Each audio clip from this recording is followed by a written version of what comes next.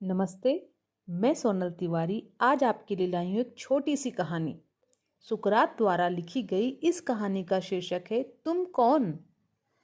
एक बार यूनान का सबसे धनी व्यक्ति अपने समय के सबसे बड़े विद्वान सुकरात से मिलने गया। उसे अपने पैसों पर बहुत घमंड था। पैसों की वजह से हमेशा लगता था कि उसे हर कोई जानता है या हर किसी को उसे जानना ही चाहिए। उसके पहुंचने पर सुकरात ने जब उसकी ओर ध्यान ही नहीं दिया तो उसे बहुत ही अभिमान हुआ और उसने अभिमान के साथ कहा, महोदय, क्या आप जानते हैं मैं कौन हूँ? सुकरात ने गर्दन उठाकर उसे देखा। उससे धीरे से कहा, जरा यहाँ बैठो, आओ समझने की कोशिश करते हैं कि तुम कौन हो। सुकरात ने दुनिया का नक्शा निकालकर उसके सामने रखा और उस धनी व्यक्ति से पूछा, बताओ जरा इसमें एथेंस कहाँ है?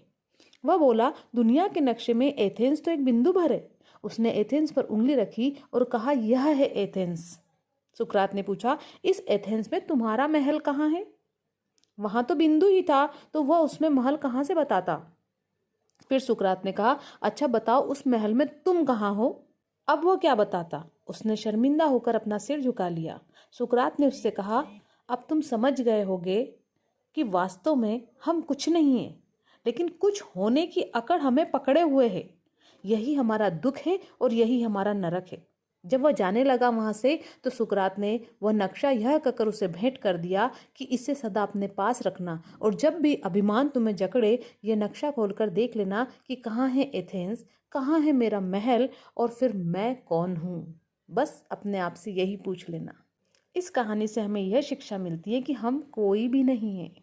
हमें बेफिजूल का घमंड नहीं करना चाहिए, ना ही किसी बात की अकड़ रखना चाहिए।